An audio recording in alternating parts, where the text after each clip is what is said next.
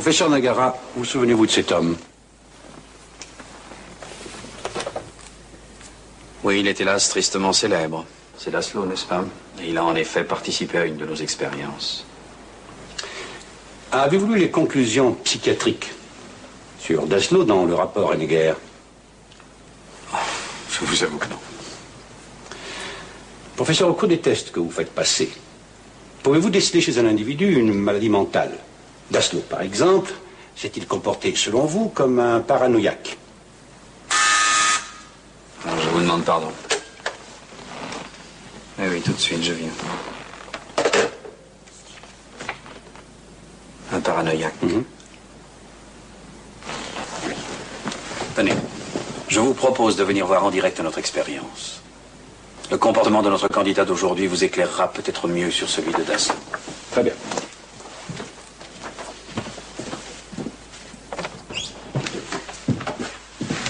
Installez-vous, monsieur le procureur.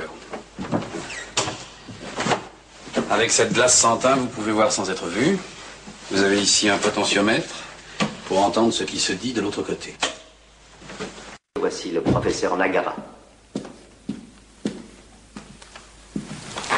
Monsieur Rivoli? Ah non, Despol, monsieur le professeur. Alors vous êtes monsieur Rivoli? Oui, monsieur le professeur. Eh bien, messieurs, d'abord quelques mots sur l'expérience que nous allons tenter aujourd'hui.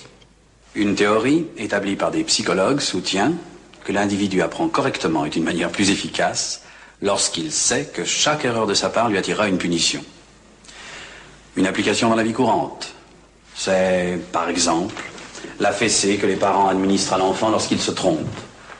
Ils espèrent que cette forme de punition particulière incitera l'enfant à mieux se souvenir. Dans le cadre de cette université, nous intéressons seulement aux adultes. Et c'est scientifiquement que nous allons mesurer à quel degré chiffré la punition peut avoir une influence sur la mémoire. Aujourd'hui, messieurs, l'un de vous sera l'élève qui s'efforce de se souvenir, l'autre sera le moniteur qui, en lui infligeant des punitions progressives, va le conduire à mieux utiliser sa mémoire. Le mieux, il me semble, est de tirer au sort pour désigner qui sera le moniteur et qui sera l'élève. Ah, je suis le moniteur. C'est donc monsieur Rivoli qui sera l'élève.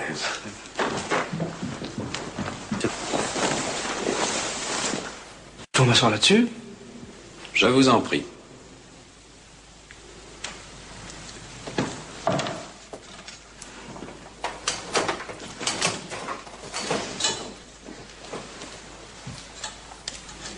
C'est pas dangereux, votre truc.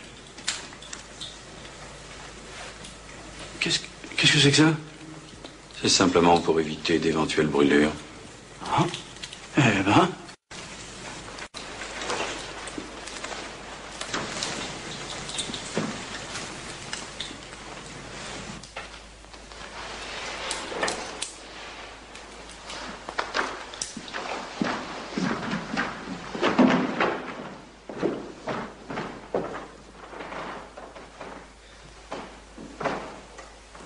Messieurs, le principe de cette expérience est extrêmement simple. Voici une liste de 30 mots, associés chacun à un adjectif. Ciel bleu, animal féroce, vent violent, etc. Monsieur Despol, vous allez lire à monsieur Rivoli ces 30 couples de mots. Ensuite, vous lui donnerez seulement l'adjectif, et il devra, de mémoire, vous dire à quel mot cet adjectif se rapportait. Ah oui, d'accord. Par exemple, quand je lui dirai bleu, il devra me répondre ciel. Quand je lui dirai féroce, il devra me répondre animal. Quand je lui dirai violent, Vous avez très bien compris. À chaque fois que M. Rivoli se trompera, vous lui infligerez une punition. Vous pousserez un de ses curseurs et il recevra une décharge électrique.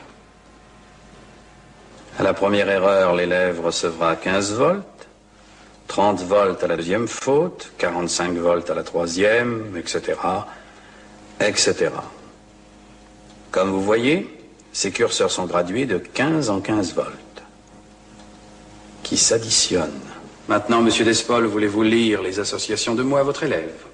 Lentement, en articulant bien, pour qu'il puisse les retenir. C'est monsieur Flavius qui contrôlera l'expérience. Alors, ciel bleu. Animal féroce. Vent violent. Jour frais. Poisson grillé. Œuf dur. Comment recrutez-vous vos candidats, professeur?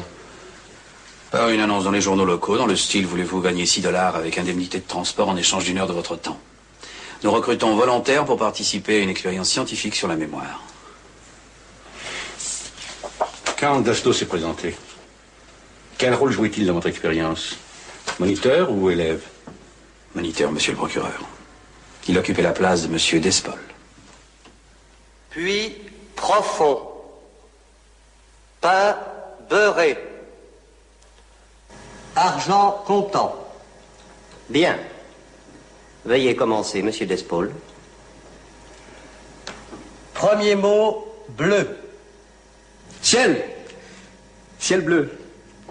Juste. Mot suivant, féroce. Rire. Rire féroce. Non, c'est faux. La réponse était animal. 15 volts. Mot suivant, violent. Violent. Attendez, ça je le sais. Souffle. Souffle violent. Faux. La réponse était vent. Vent violent. 30 volts. Réfléchissez avant de dire n'importe quoi. Si vous croyez que ça m'amuse, moi, de vous envoyer des décharges.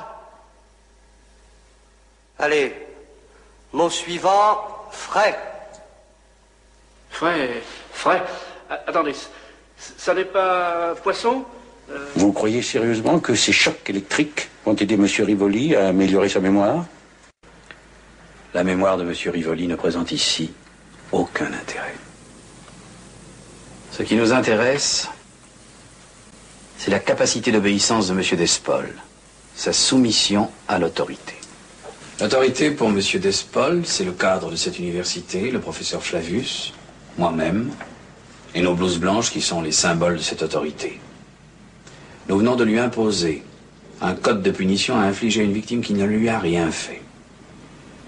Jusqu'où va-t-il obéir à cet ordre imbécile et révoltant que nous venons de lui donner? Tout le problème est là. Mot suivant, jaune. Citron. Bien, très bien. Oui, c'était citron. Bon, allons-y. Mot suivant, grillé. Pain grillé. Mais non, c'est faux. C'était poisson, poisson grillé. 165 volts. Arrêtez. Je refuse de continuer. Laissez-moi partir. Mais enfin, il va tout de même aller jusqu'à 450 volts. Je ne sais pas. Voyez-vous, il est évident qu'à partir d'un certain moment, M. Despol va devoir affronter un problème. D'un côté, sa soumission à l'autorité, exécuter la mission qui lui a été confiée. De l'autre, sa répugnance à faire souffrir sa victime. Despol va être progressivement secoué par un conflit intérieur presque insoutenable. Pour se tirer de cette situation, il devra rompre avec l'autorité et désobéir. C'est l'instant de cette rupture que nous étudions. Veuillez poursuivre, monsieur Despol.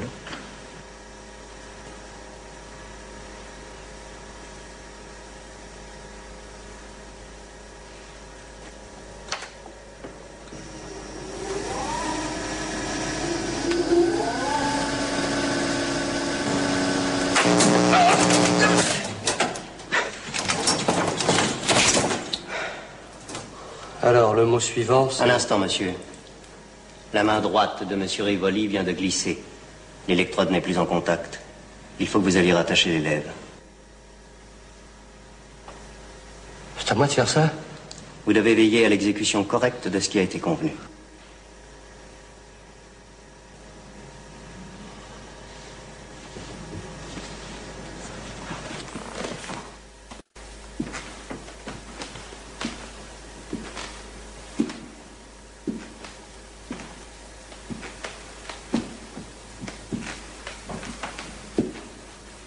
une phase très intéressante de l'expérience. Le contact physique. Jusque-là, il agissait par manette interposée. Il doit maintenant toucher un homme qui ne lui a absolument rien fait et qu'il est en train de martyriser. Il arrive dans ces cas-là que le taux d'obéissance diminue. Je vous en supplie, monsieur. Arrêtez. Feriez mieux de vous concentrer et de ne pas répondre n'importe quoi. Qu'on en finisse, merde, on va pas y passer la nuit, non?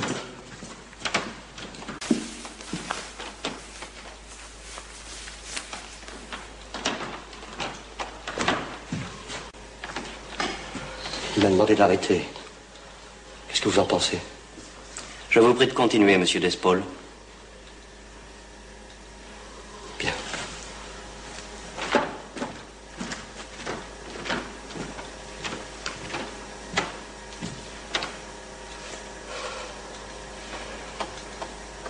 Bon, écoutez, concentrez-vous bien avant de répondre. Parce que je vous préviens, j'en suis presque à 200 volts, moi.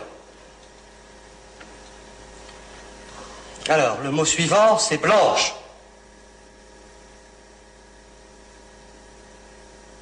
Blanche!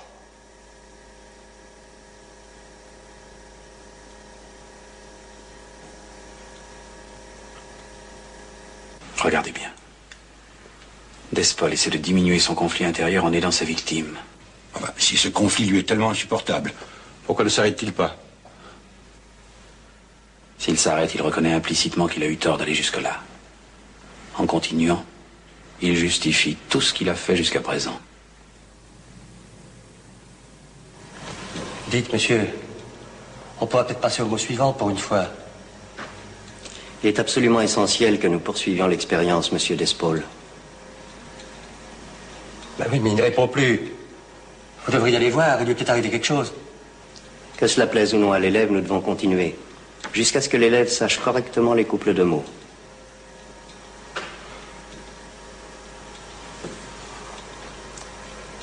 Hé, monsieur, vous m'entendez? Le mot est blanche.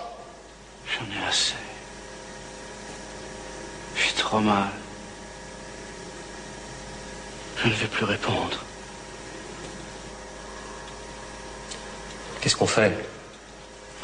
Considérez son silence comme une erreur et envoyez-lui 180 volts. Il va pas bien du tout, ça risque de mal tourner. Je prends sur moi toute la responsabilité.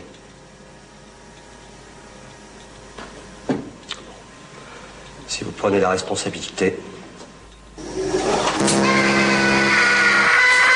C'est intolérable. Même au nom de la science, vous n'avez pas le droit de faire ça. Aucune loi ne vous autorise. Gardez votre calme, monsieur le procureur. Ces appareils sont entièrement factices. Il n'y a absolument aucun courant électrique entre le pupitre de monsieur Despaul et la chaise de monsieur Rivoli. Mais monsieur Despaul n'en sait rien.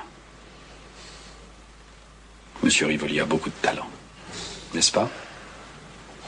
Il fait partie de notre équipe. Naturellement, il est indispensable que les candidats que nous recevons soient toujours moniteurs.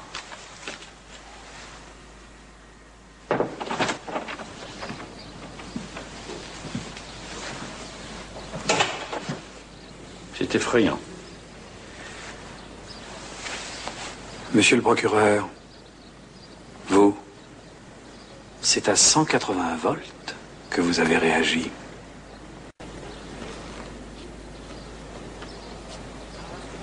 Votre expérience est impitoyable, professeur. À quel voltage s'était arrêté Dassault? 405 volts. Asseyez-vous.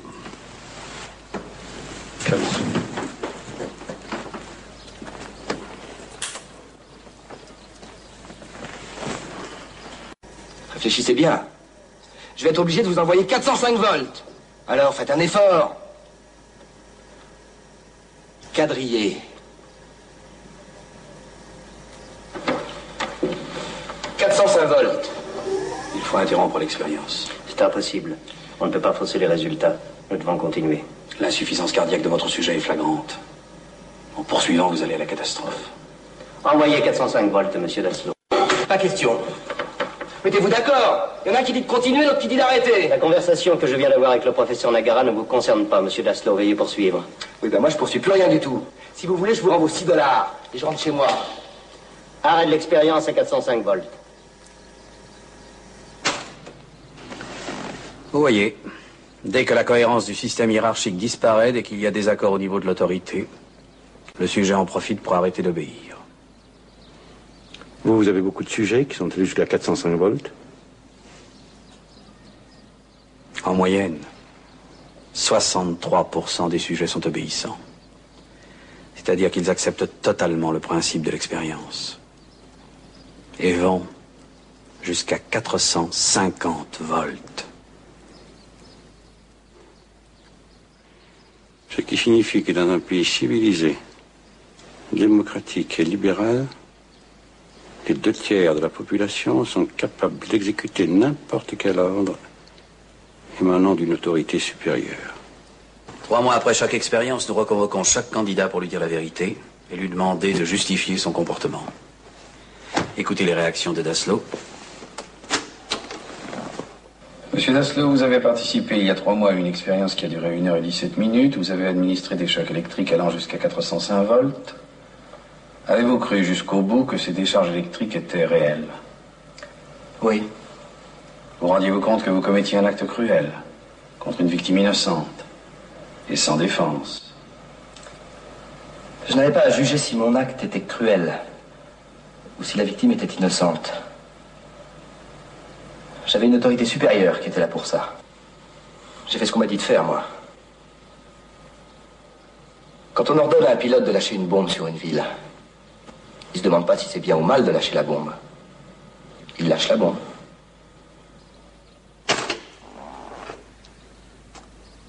Oui. Mais dans le cas d'un génocide, par exemple, quand un tyran décide de tuer froidement 5-6 millions d'hommes, de femmes, d'enfants, il lui faut au moins 1 million de complices, de tueurs, d'exécuteurs. Comment arrive-t-il à se faire obéir? En morcelant les responsabilités. Un tyran a besoin avant tout d'un État tyran. Alors il va recruter 1 million de petits tyrans fonctionnaires qui auront chacun une tâche banale à exécuter. Et chacun va exécuter cette tâche avec compétence et sans remords. Car personne ne se rendra compte qu'il est le 1000000e maillon de l'acte final. Les uns vont arrêter les victimes. Ils n'auront commis que de simples arrestations. D'autres vont conduire ces victimes dans des camps. Ils n'auront fait que leur métier de mécanicien de locomotive. Et l'administrateur du camp, en ouvrant ses portes, n'aura fait que son devoir de directeur de prison. Bien entendu, on utilise les individus les plus cruels dans la violence finale. Mais à tous les maillons de la chaîne, on a rendu l'obéissance confortable. Monsieur Daslow, à 360 volts, l'élève s'est arrêté de crier et n'a plus répondu, ce qui pouvait laisser supposer qu'il était mort. Pourquoi avez-vous continué à administrer des chocs électriques de 360 à 405 volts? De toute façon, s'il était mort, ça lui faisait plus rien. J'ai pensé que les professeurs de cette université savaient ce qu'ils faisaient. S'ils pensent que c'est bien, c'est pas à moi de dire le contraire. Ce qu'il y a le plus surprenant chez tous vos sujets, c'est qu'ils agissent sans haine, sans colère, sans le moindre esprit de vengeance, sans espoir même d'un salaire confortable. Car enfin, Daslow n'a tout de même pas envoyé 405 volts pour gagner $6.